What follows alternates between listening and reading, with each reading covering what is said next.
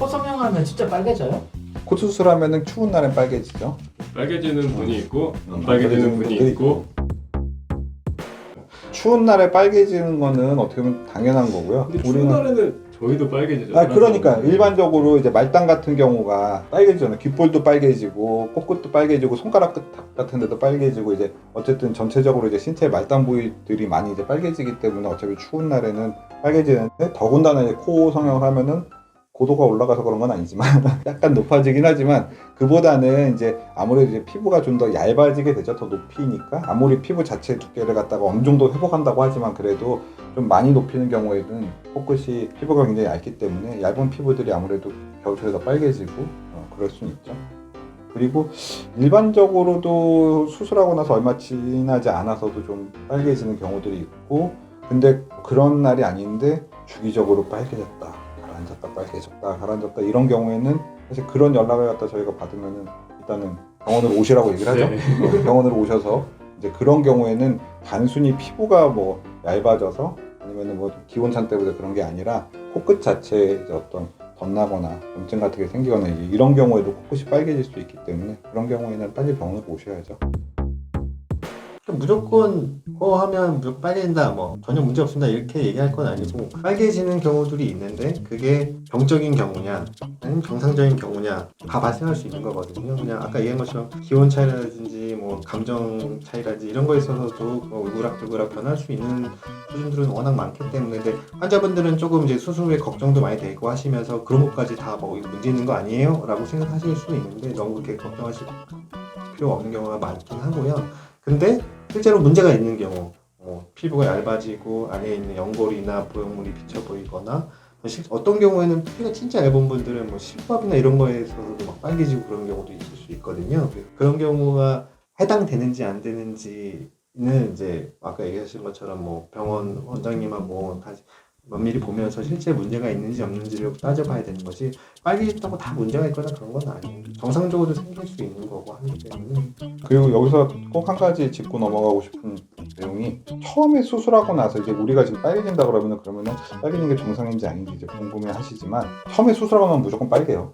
처음에 수술한 지 얼마 되지 않았을 때 처음에 수술하고 나서 예를 들어서 3, 4일째 되셨는데 아니면 일주일 되셨는데 저 코끝이 빨개요 문제가 생긴 거 아니에요? 라고 이제 놀래서 이제 오시는 분들이 가끔 있단 말이에요. 근데 많죠. 엄청 많죠.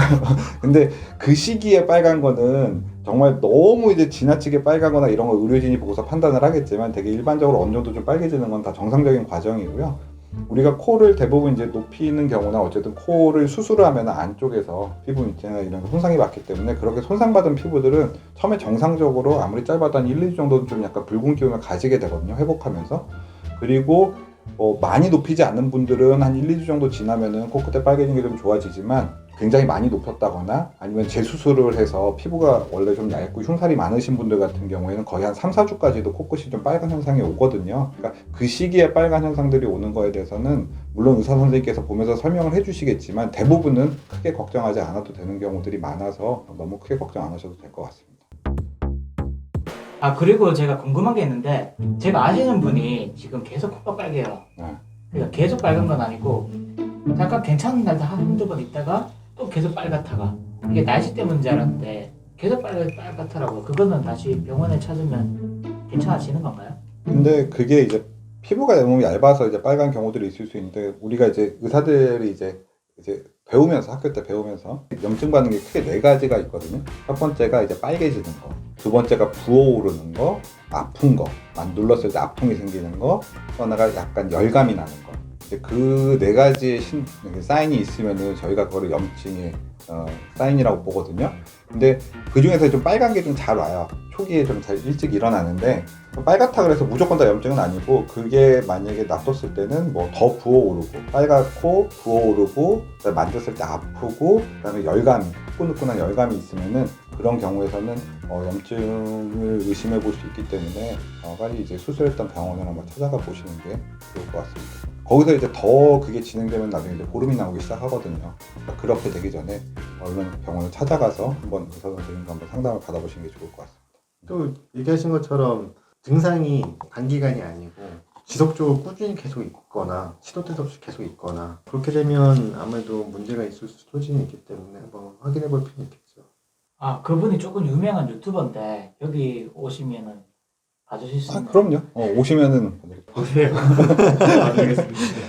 이제 그래서 지금 제가 얘기 드린 게 그거죠. 그러니까 단순히 빨갛기만 한 거는 염증의 어떤 신호라고 보기에는 조금 약간 약한 면이 있다는 얘기예요. 왜냐면은 빨갛기만 한 염증은 보신 적 있나요?